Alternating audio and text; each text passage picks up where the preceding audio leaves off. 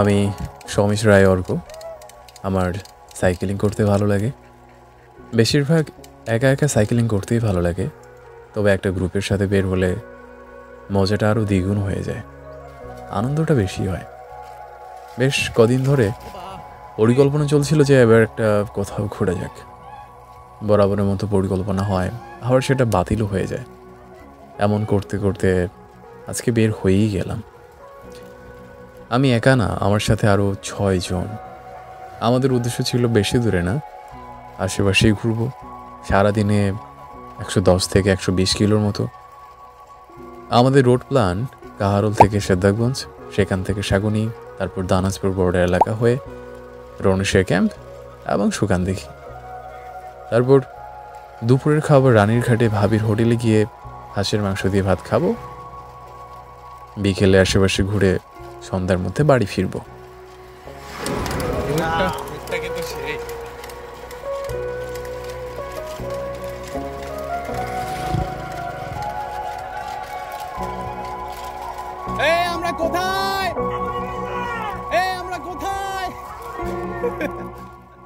এবং দেখতে দেখতে আমরা সাগুনিতে পৌঁছে গেলাম।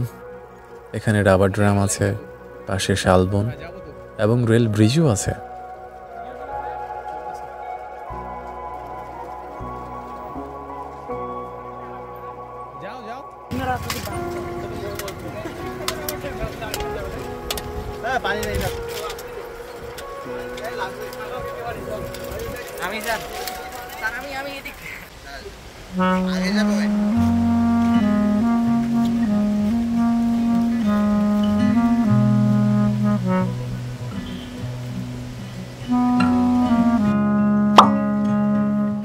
নদীর ধারে বসে কিছুক্ষণ রেস্ট নিলাম।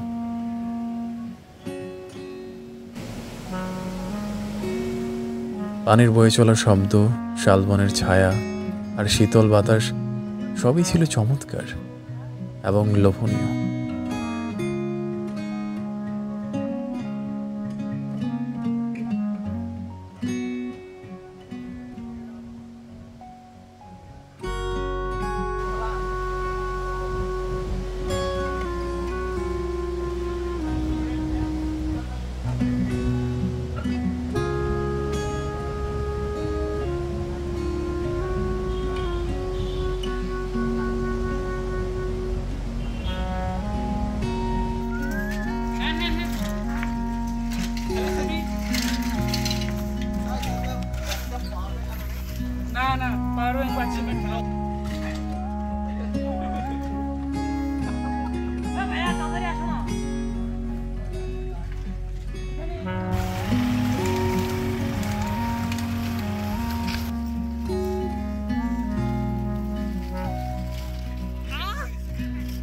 এরপর চলে গেলাম সাগুনি রেল ব্রিজে।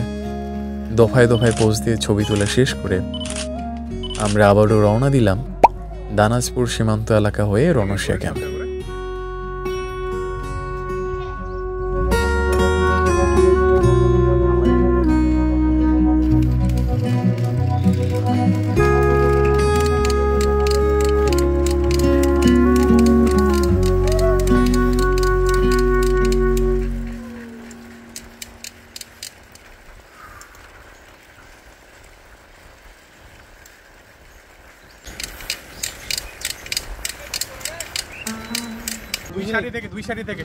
আমরা স্ট্যান্ড বসিয়ে ভিডিও করার চেষ্টা করছিলাম।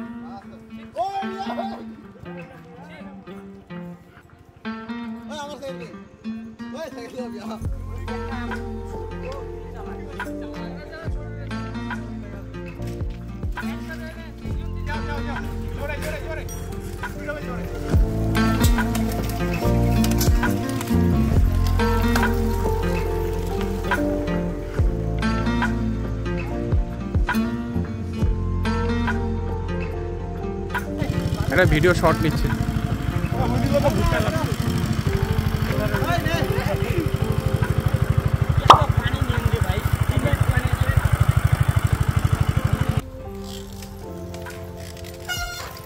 আমাদের একজন এভাবে হুইলি দিতে গিয়ে পড়ে গিয়েছিল, অবশ্য হাড়গোড় ভাঙেনি, শুধু একটু ব্যথাই পেয়েছে।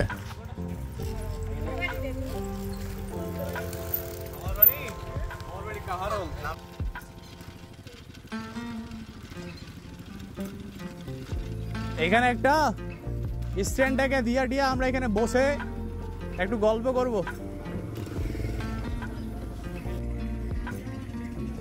এই চা খাবো হ্যাঁ ভাই চা খাওয়া যাবে শেষ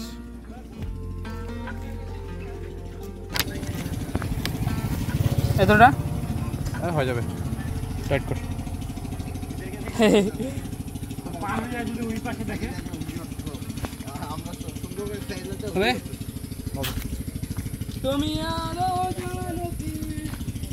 পথিমধ্যে পেয়ে গেলাম পাকুর গাছের নিচে ছোট্ট একটা চায়ের দোকান।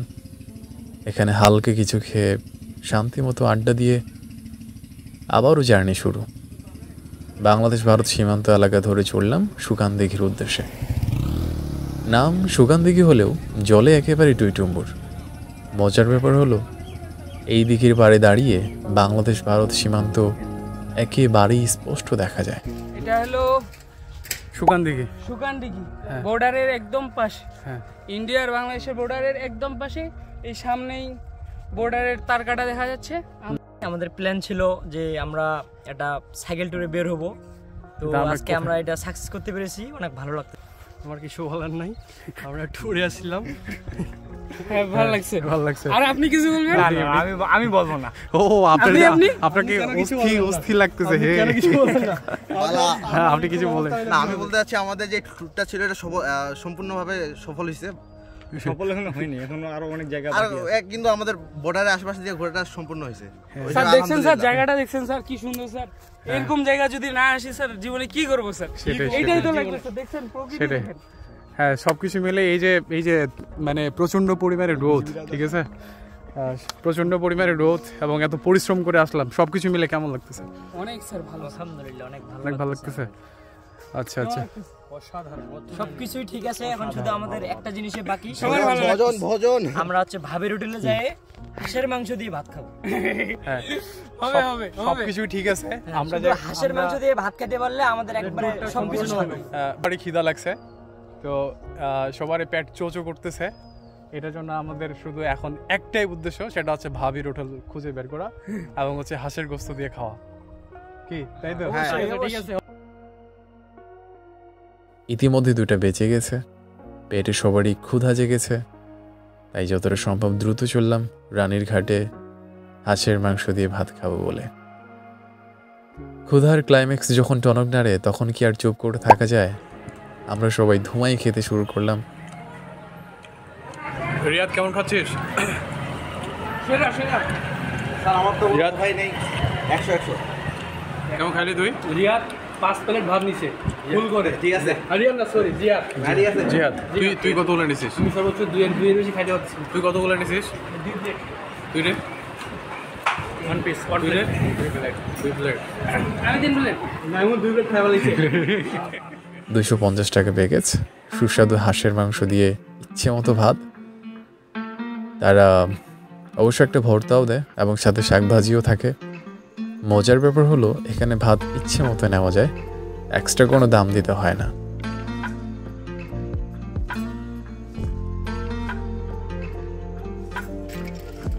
জীবন আসলে অনিশ্চিত, কখন যে হুট করে মরে যাব তার কোনো গ্যারান্টি নেই।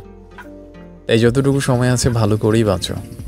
তোমার যা করলে ভালো লাগে, যা করলে মনোবল বৃদ্ধি পায় তাই করো।